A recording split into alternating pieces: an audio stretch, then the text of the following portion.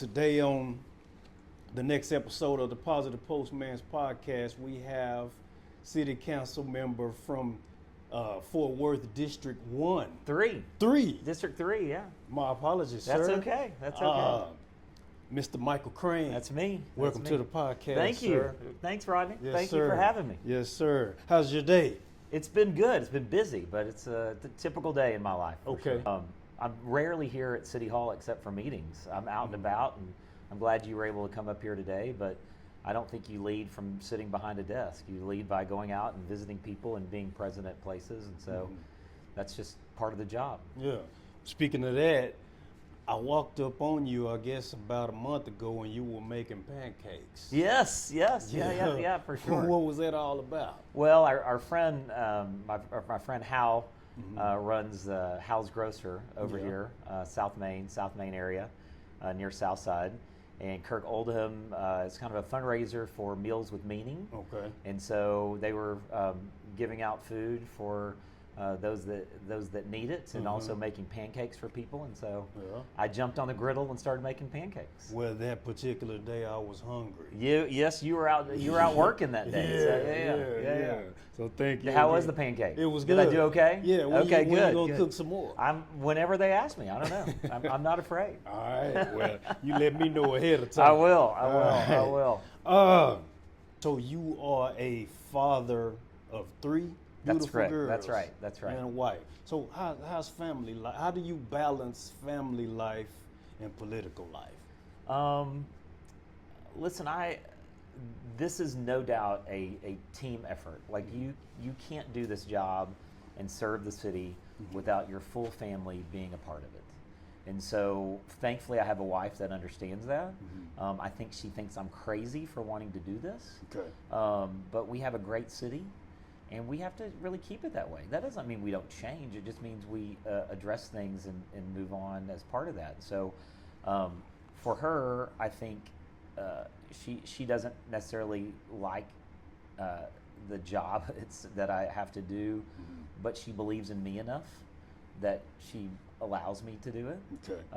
And our girls have grown up around this, that we've tried to instill in them that no matter where you are, and I have twin 18-year-olds, or almost 18-year-olds, and a 10-year-old, so seniors in high school and a fifth grader, that something that was instilled in me is that this whole idea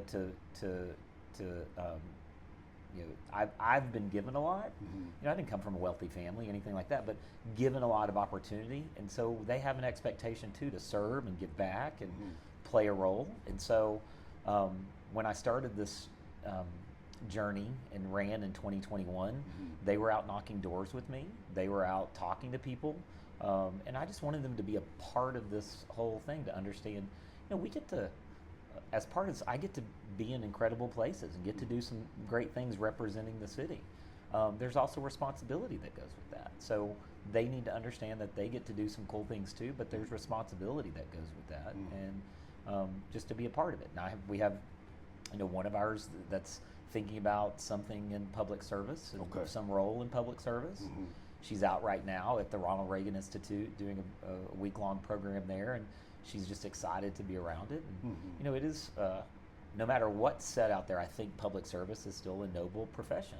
It's not a permanent profession. I won't do this forever. It's sort of my time to serve. And then someone else can get to have this fun. But we all need to step up, whether that's in an elected position or doing what you're doing, spreading good messages and talking to people and just playing a role in the community. Yeah. What was your motivation for becoming a public servant? I tell people I lost a bet, and so I had to, but that's sort of my joke about it. No, I would say I've always been involved, and I don't know if that's because it's Michael Crain and I've kind of forced myself into rooms that maybe I shouldn't have been in, or that other people have seen leadership abilities in me. But in high school I was student council president, and law school I was student bar association president, and was class vice president at undergrad, and have always sought out positions. And it's really not about the title. It's about because I've done plenty of things without having some formal title. Okay. It's really about being in a position to figure out how to help. I like helping people. Okay. And I think people that don't have that sort of innate thought in their being don't understand why you do this. Like why we would we don't get paid much to do this. You don't do it for the money. Right. But I would say on the opposite side, I probably lose money from things I could be doing with my time that I'm not doing. It's a trade-off that we've made as a family.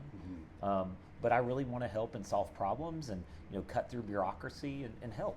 And so for me, that's always been the motivation and why run for this job in particular or do it is we have a great city. And so right place, right time, and wanting to help. Now, we were texting, we were having a text conversation, and we were talking about Fort Worth on the global scale. Sure. Do you feel as though we should be further along on a global scale, or are we ahead of schedule? I mean, I think you, putting it in current terms or context, we have a lot of ties globally. And already, if you just talk about the Alliance Corridor and what we're doing there, Dallas-Fort Worth International Airport, DFW, how that connects us globally. We have, I've traveled a lot globally, representing the city through various programs. As part of that, just understanding. I lived in China for 8 years, Okay.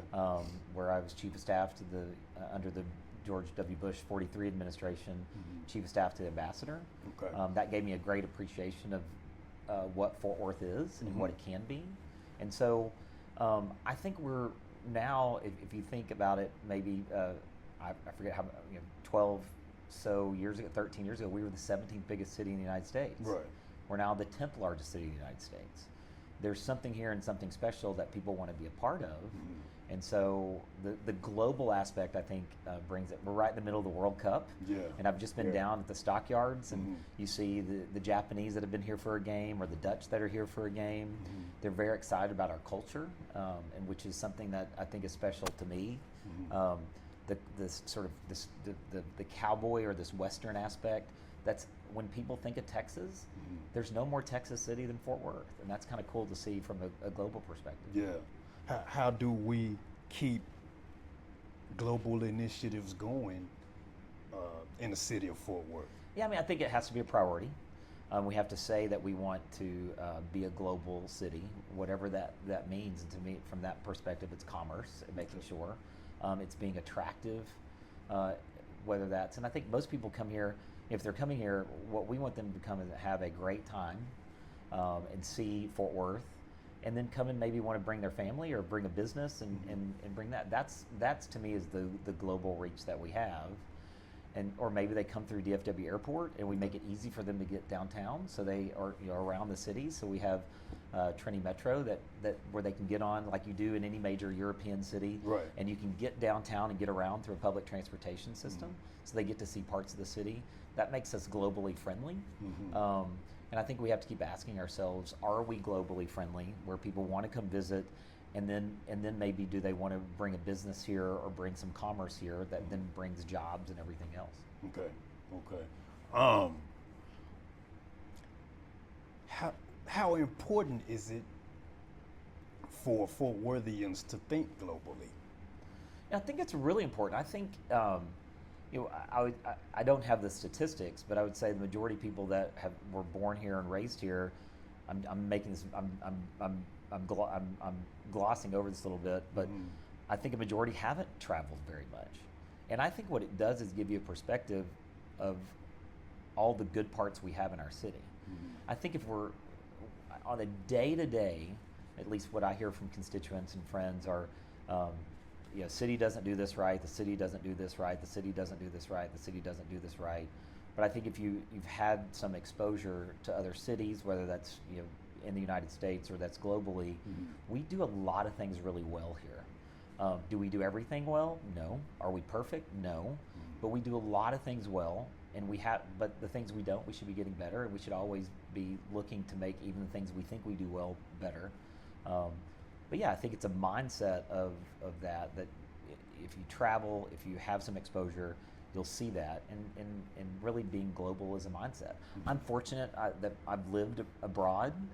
As I said, Beijing for 8 years, traveled I think to probably, I don't know, 50 plus countries. Yeah. And that's been a benefit of positions, et cetera. But that all helps with the mindset of just understanding our city better. And Okay. so, I've been seeing you walking. yeah. And Sometimes with my shirt off, I get a little bit about that. For sure. You've been showing his chest off.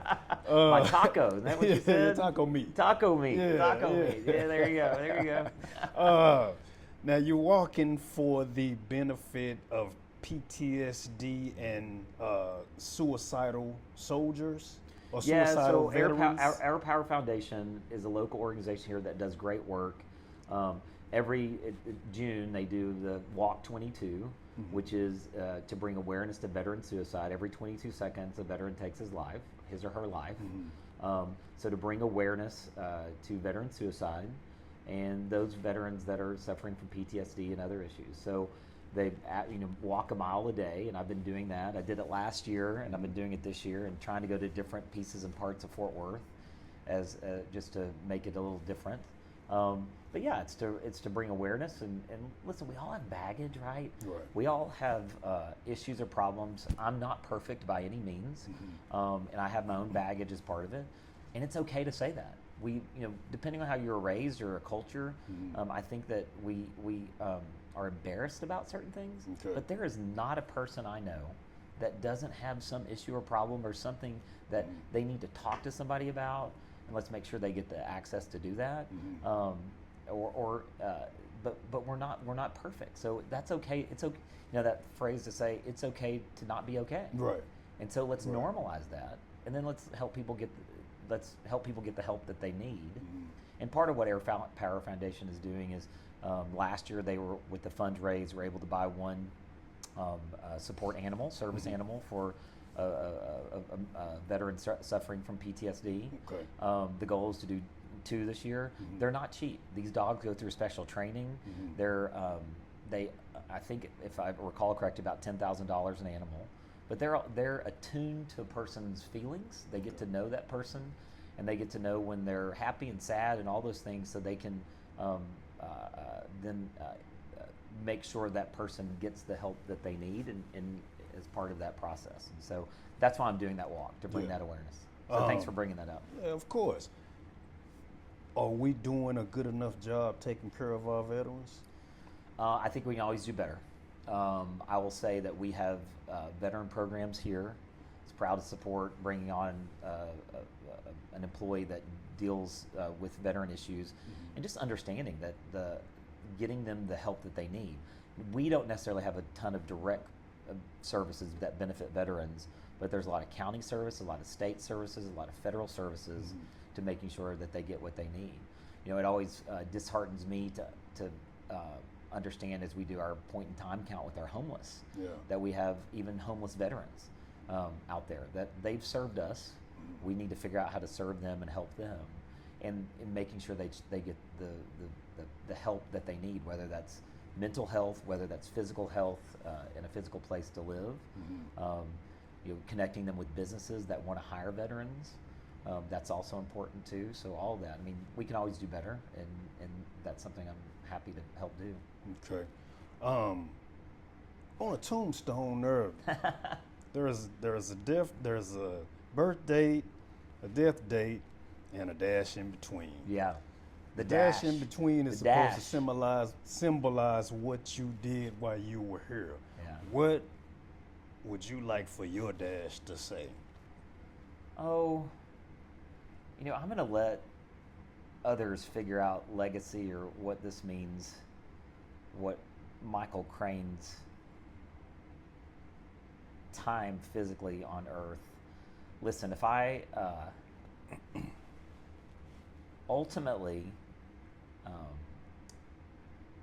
it's funny you ask it that way, but ultimately this isn't my home, right? This isn't our home. Right. My home's somewhere else. Right. And what I'll be most happy with when I go home, and that's heaven And see, God is that He looks and says, damn, you did a good job. Whatever that looks like, I don't know. What I'm trying to do now is, whether that's being a good husband, good father, whether that's ensuring they're taken care of, but in a bigger sense, making sure that at my time in public service, that I'm shepherding and stewarding the city. We are growing at such a fast pace. And I know we mostly get locked into our little piece of the world, whatever that looks like. What I have the benefit and the responsibility is looking at the whole city and ensuring that we keep up with the systems and processes and infrastructure and everything else that continues to deliver that quality of life of why people live here and why people moved here. So I'm hoping my dash, whatever that is that people look at that and say, during my time, not only in an elected office, but pre and post, I'll have a whole life after this. That I served others, that I was authentic and genuine in it. That I do find joy when people call. I give out my phone number to everybody, 817-677-8258. That Okay. if anybody has a problem or issue, call me. Yeah, And I might not be able to solve it, but maybe I can find someone that can. You're right. And that's kind of how I live my life. And so I'm hopeful that people look at it and say, we may not have always agreed with Michael Crain and the way he voted or what he did, but he was a good person and he tried his hardest. And I get emotional too. Ultimately, I just want my daughters to be proud. Yes, sir. And they look at me and say, yeah, he had his problems or issues or whatever, but he was human and he was a good father.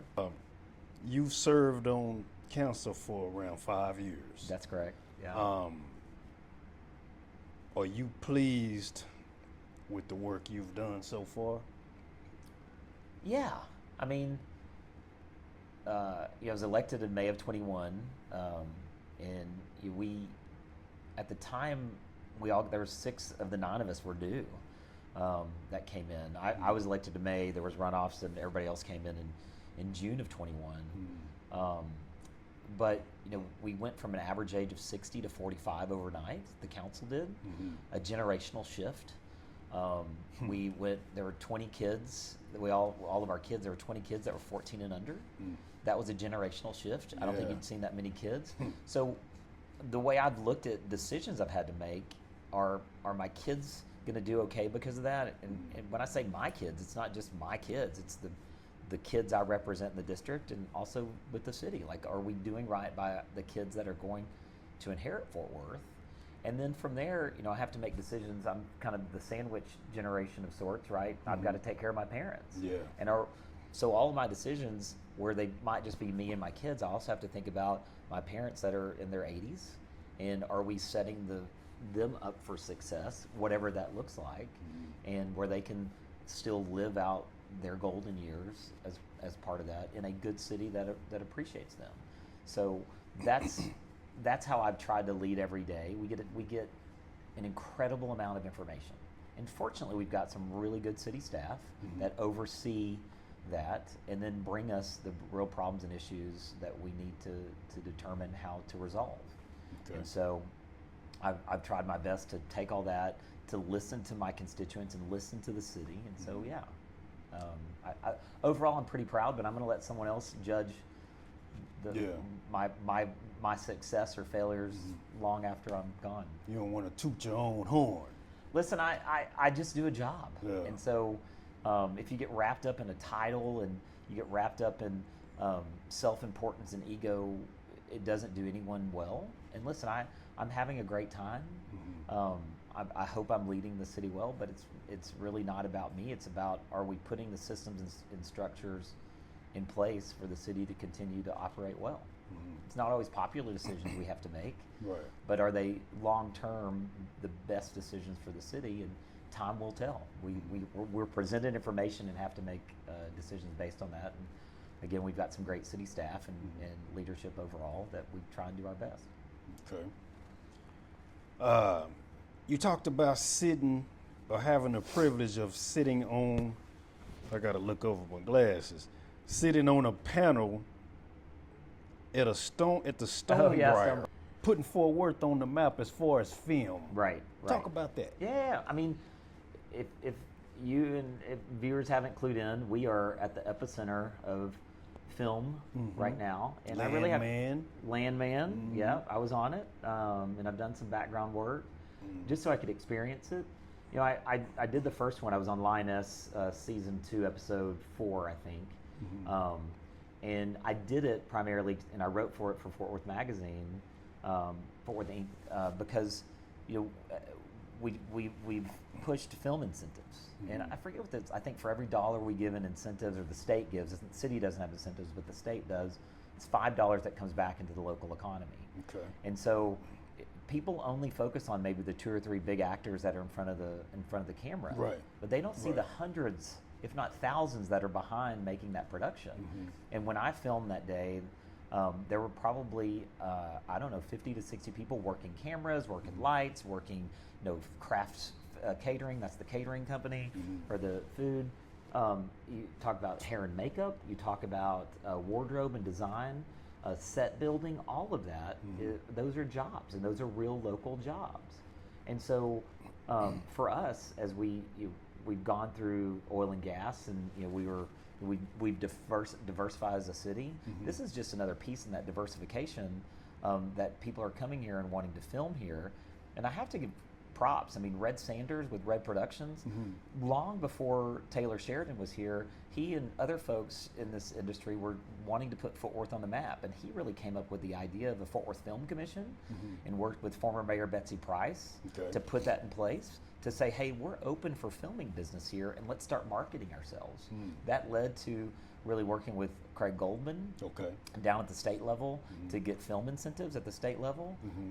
Mayor Parker and I are back 4 years ago, we're sitting down with Craig and Red in a room over at the Hotel Drover talking about how we're going to expand those incentives. Again, not city incentives, they're state incentives, but we want to make sure Fort Worth is understood that we're here and open for filming. And you go now, what we're calling the Taylor Sheridan effect, 1883, Landman you brought up, Yellowstone, Frisco King is filming now, Lioness is filmed here. We not only have all those jobs being created as part of this, but we also have the tangential tourism that's coming now. You go down and walk, I was just down, as I said, at the stockyards, and you see people going, oh, that's where that was filmed, or at Cattleman Steakhouse where a scene was filmed. I saw that. So so all of that are out. You know, if you go into District 3, if you go out to the Patch Cafe, that's across from JD's Hamburgers, all the stuff that Burke Harvey and Westland is doing out there. I mean, people are out taking pictures in front of it and posting it up. That's real dollars for us. And the tourism industry is as part of that. Not only the jobs created, but the tourism is really a game changer for us here in Fort Worth. So anything I can do to talk about it and tout it, and also this is a whole happening in North Texas region, we benefit from it. And so Taylor, the SGS studios have set up 100,000 square feet at Alliance to do filming as a set. There's more in the works. All of that are jobs, and it's really just a game changer for us. I heard you mention oil and gas. Do you feel that Fort Worth, from an oil and gas perspective, is where it once was? I think it's changed. I mean, I can say that oil and gas overall, things have changed. I asked that question right. Yeah, no, it's your thing. I would say this. I think that we understood, if you talked about Fort Worth, and I grew up here, born in Harris Hospital, and all over the place in 1972, but raised in the north side. In the 70s, we were an oil and gas town. Right. And we realized that probably wasn't the smartest thing for us, especially if it's an oil boom, for sure it's the best thing. But if it's a bust, industries die, other things are tangential. And so from there was a real concerted effort to look at advanced manufacturing, major manufacturing. We're talking about Lockheed and other things that are here. And also just diversifying what Fort Worth is. And that's why I brought up with film. It's another diversification in that. So if any one industry isn't doing well, Fort Worth doesn't suffer. And so if you look at that, what Alliance has done has been a game changer for Fort Worth. We're a logistics hub at this point too. We have to keep all of those sort of plates in the air going. We don't control when industries, if there's a boom or a bust in oil, or if the manufacturing doesn't get all the orders it needs in a year. We don't necessarily control all that, but we have to make sure that Fort Worth is continuing in all realms to perform, I guess you'd say.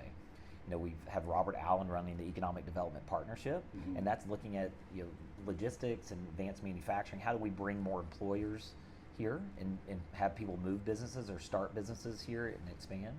But that's all of a long-term play of making sure that we have the growth needed in the jobs area, not just residential. Right. People want to move here, right? And we need the housing and everything else, but we also need the jobs to be here as well. I asked you about your goals. Sure. And you said I'm focusing on being accessible and effective as possible for the people I serve. Do you feel as though you're doing it to the level that you set out to do it, or is there room for improvement, or what could you do different to make it even better? Well, I gave my phone number. No, I would say listen. I'm doing the job how Michael Crain does the job. Meaning, if you call me, I'm probably calling you back or finding someone to call you back. If you've left a voicemail about an issue, if you're emailing me, I'm getting back to you. If I'm out and about, if you invite me, so I tell people this, you invite me somewhere, I'm probably going to figure out how to show up. And if I see it out there and you didn't invite me, I might show up anyway. That's all I know how to do to be available to people. Listen, I'll sit down and talk to anybody. And in fact, people will tell you, we may not get along, but I'm happy to sit down and have a conversation. You could, even people that have said horrible things about me out on the internet. I love all the keyboard warriors. I've offered, that's a whole other industry. But I'm happy to sit down and talk. I think we get lost in, and I'll say this too, we get lost in that we think everybody has all the information we have. And so I just spoke with, had at the Black Chamber of Commerce a few weeks ago. And this is, I want to be out and about more, because that's my philosophy, is like, I know people don't have it, but we think we do, and we get lost in that. So the more I can show up and explain things to people and get their feedback about those things too, of what we know, that's the only way I know how to keep moving the city forward. So I think I do the best job I can. I get accused of, is it Michael Crain number 1 or 7 or 12 that's here, because I seem to be all over the place. But again, this is my time to serve and be out there, and if I can be accessible and help in some way, that's what I'm trying to do. Okay. I was born and raised in Stop 6. Yeah, it's a beautiful part of Fort Worth. Yeah, and I met you, we first met at Gina's funeral. Yes, but I've been following you for a while. I already knew who you were, yes. Okay.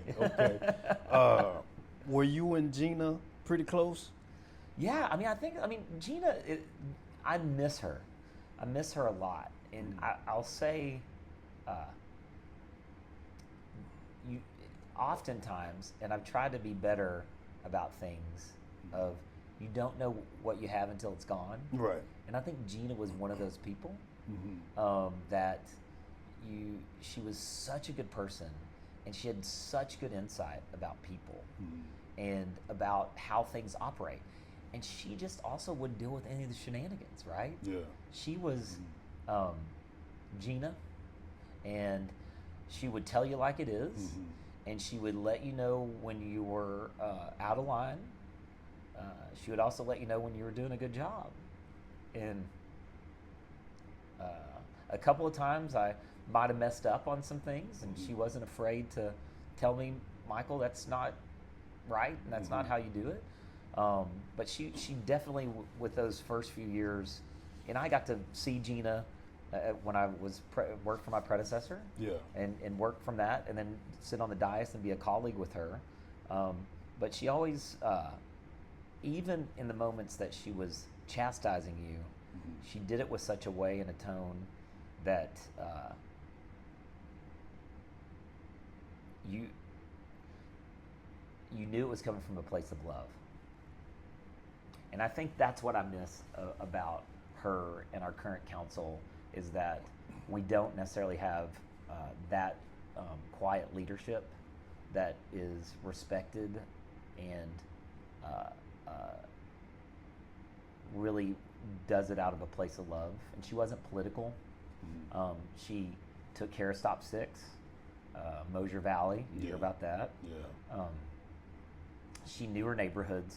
She knew her people. And she also just didn't put up with bullshit. And there wasn't bullshit that came out of her mouth.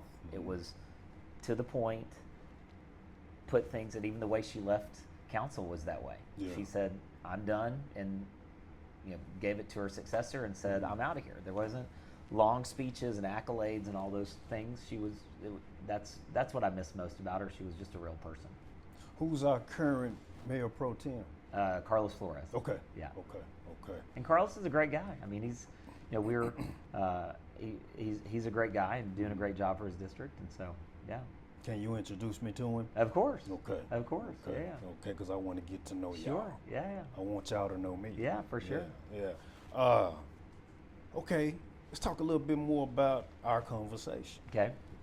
You said you wanted to continue growing as a public servant and regional leader by strengthening your policy expertise. Yeah. What do you mean by that? Yeah, I think every day is a learning experience. I mean, we're going through, what was nothing yesterday might be something today. This is the nature of policy, right? Mm-hmm. Sometimes we make policy very quickly because some tragedy has happened, et cetera. I think good leaders step back, assess all the pieces and parts, and what that means, and don't make it just on feelings. You look at all the facts and understand that every time you make a policy decision, there are positives and there are negatives. And so I think a mature person that's in a policy-making role has that. I'm a lawyer, or have a law degree. Okay. Kind of sometimes I don't like to say I'm a lawyer. No offense to lawyers out there, but somewhat. But that is, I can take all sides of an issue and sort of assess it, and I think that's how you do, and then how I look at it, and then but then you have to make a decision, and that's what we are tasked with, or making decisions. And so taking as much information as possible, making a decision, but once you make a decision, you make a decision. And that doesn't mean you can't revisit it, pieces and parts of it, which we do from time to time, but you make a decision and you live with that decision and you move on. So that's the policy piece of it, is for me, as the city and the state and even the federal government's evolving, what does that mean? And ultimately you have to realize that with every policy there's a person behind it. The reason we're doing what we're doing is because it helps or sometimes hurts people in certain ways. And so when you do a policy, you should try and help as many people as possible and hurt the least amount of people as possible. Right. And so for me, that's sort of a perspective from the policymaking perspective. Is there any piece of policy or legislation that you push forward that you wish you could take back? Well, I got asked the question a couple of times. When I think over the last number of years, we had a vote about public speaking or letting public comment. And I got asked the question, and I said, "Do I regret my vote of limiting, how we did it?" And I said, "No, I regret the process of how it got to us, and I think it got there very quickly." And sometimes it happens with staff as things happen. We reevaluated that.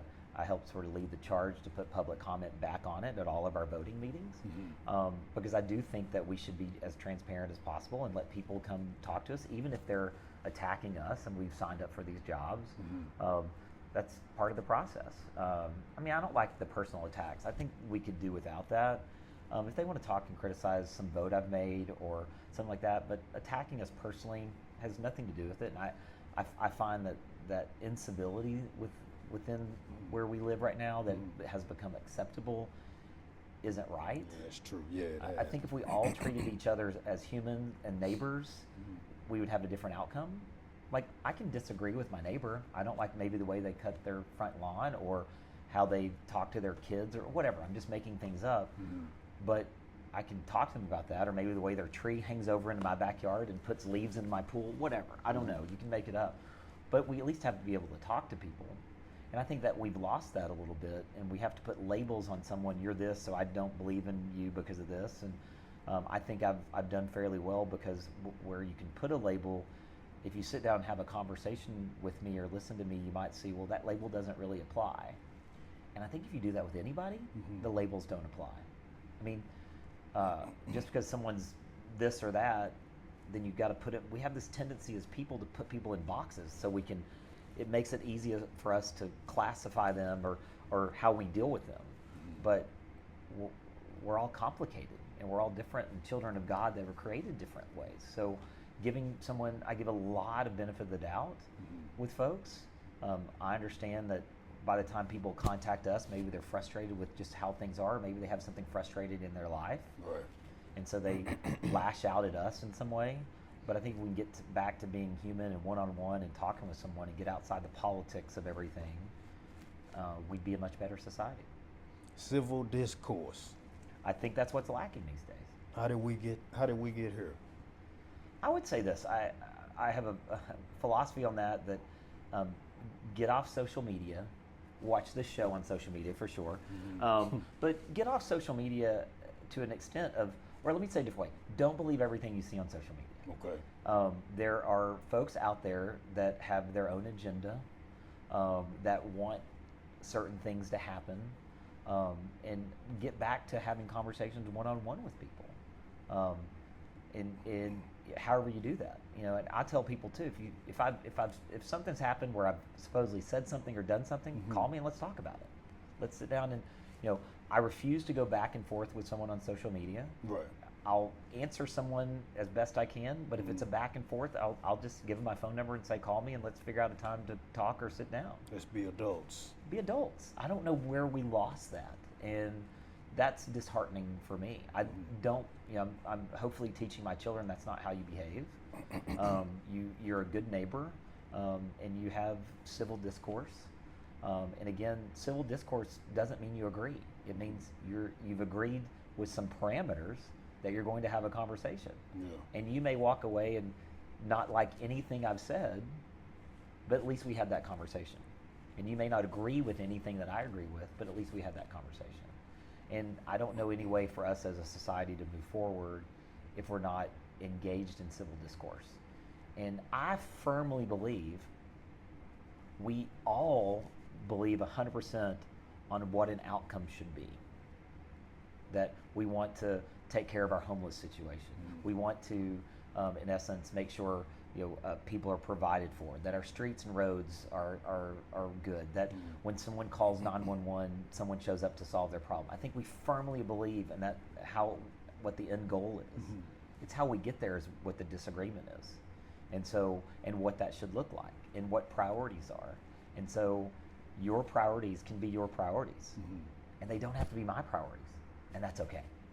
And my priorities can be totally different than yours, but in essence, we have to all learn to work together. What is your relationship with the rest of the body of the city council? I mean, I would say this. I think we all have a good working relationship, and I'm willing to sit down and work with anybody that's willing to sit down and work. And if this, anybody that has an issue or problem that needs to be solved, and I can help in some way, I'll do that. I'm not going to get into egos. I'm not going to get into petty politics and drama. It's just not me. If people want to play that game, then they'll let them play that game. But I'm not playing it. Right. We have bigger problems to solve in the city, so I'll sit down and talk and work with anybody. And I think you can see from my record, I've been able to do that. Yeah. And really, we say we attack problems, not people. And so, if any colleagues that I have and that are willing to sit down and work and listen, we all have tough choices we have to make, and we have our own lives and our own constituents, et cetera. So overall, I'll say this, Dallas right now is a whole different world with their city council. Always have been. It always has been, and you know, they have their moments of greatness. What's best about the city of Fort Worth is we work together to attack problems and not people. So I'll continue to do that. We talked about leadership. Yeah.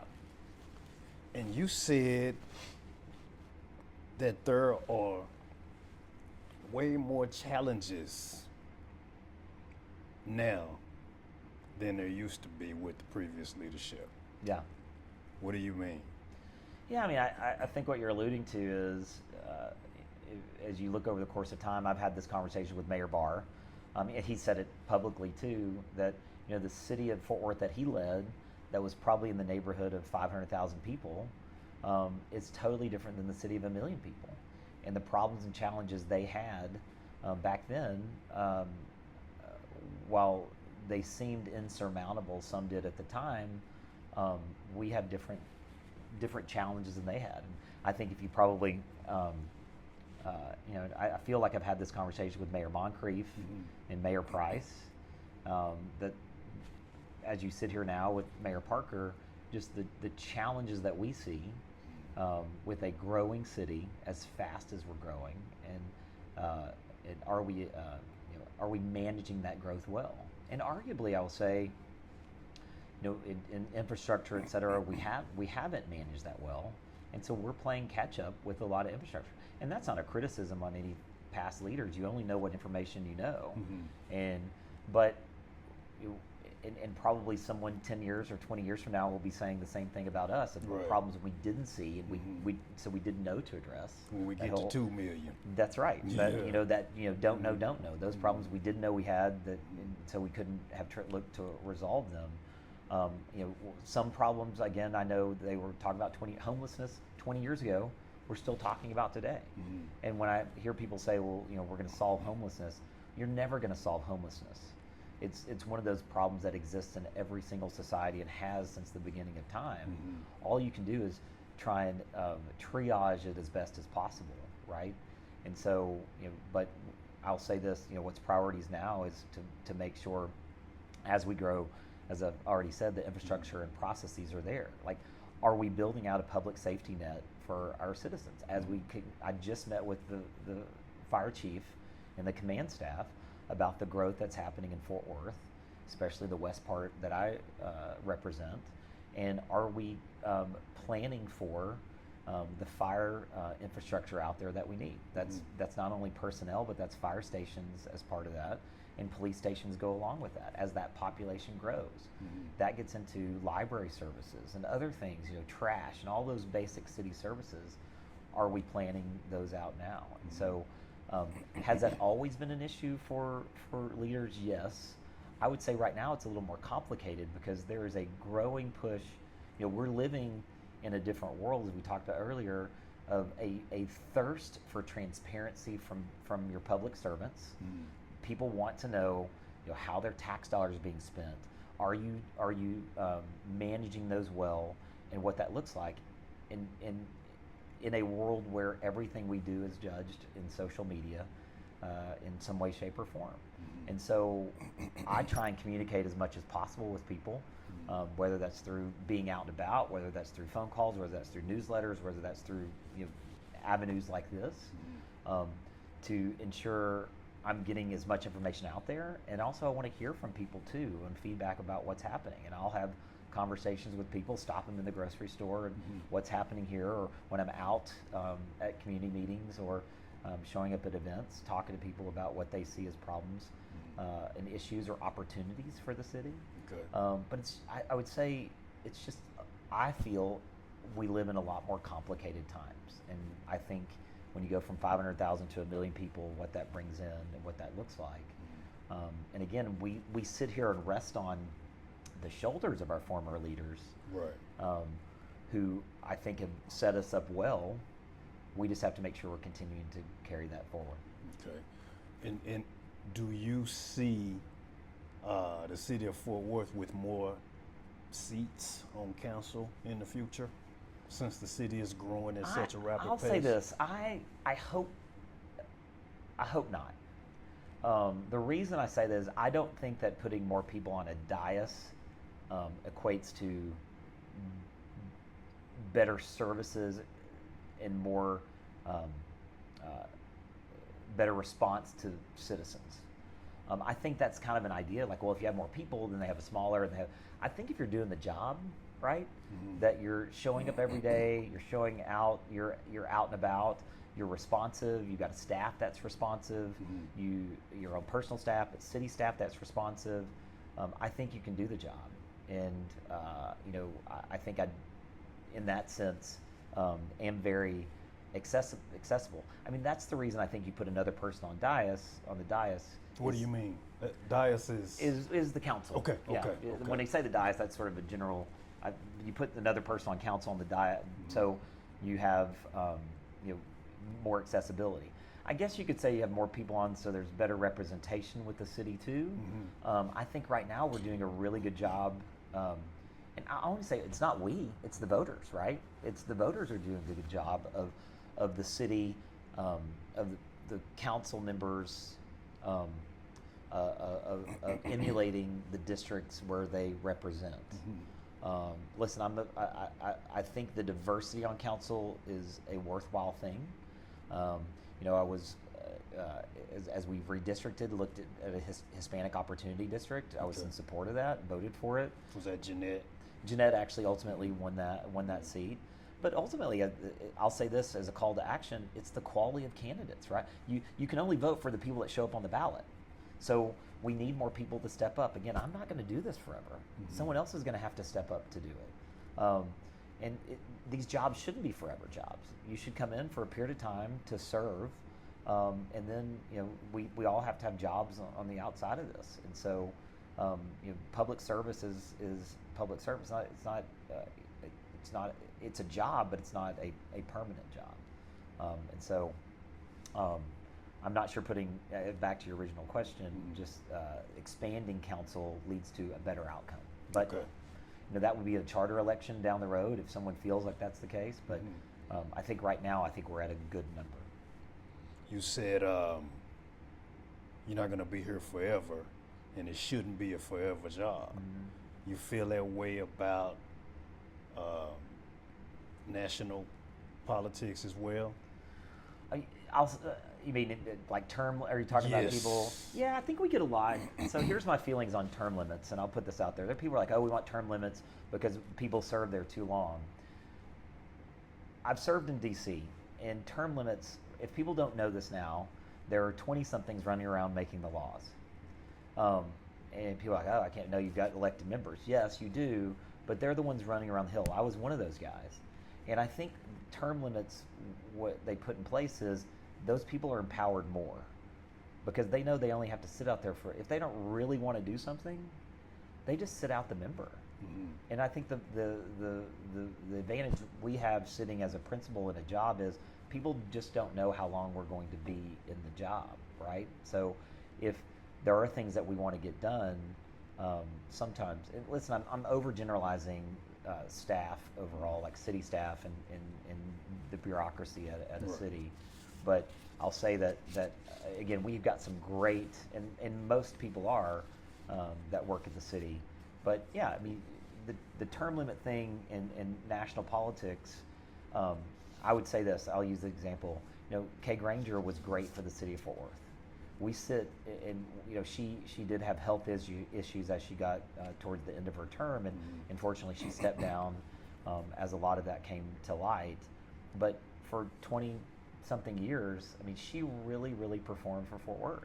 So I'd hate for that to be cut short just because someone believes a number of 6, 8, whatever the years are, or what is. And listen, we all have a term. We all have the ability to term limit. It's called a vote. Right. And so you have the ability to vote. Your viewers have the ability to vote. I have the ability to vote.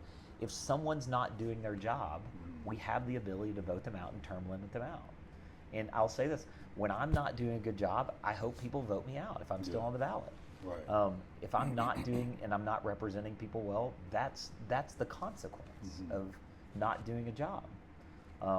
So people always get a little discombobulated as it becomes election time.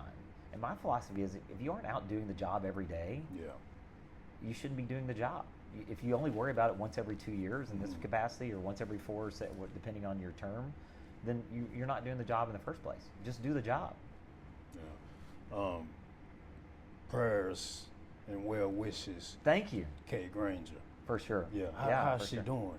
It's been a number of months since I've seen her, but listen, she did a great job for the city of Fort Worth, and she gets to enjoy her retirement now. Yeah. Okay. Yeah. Okay.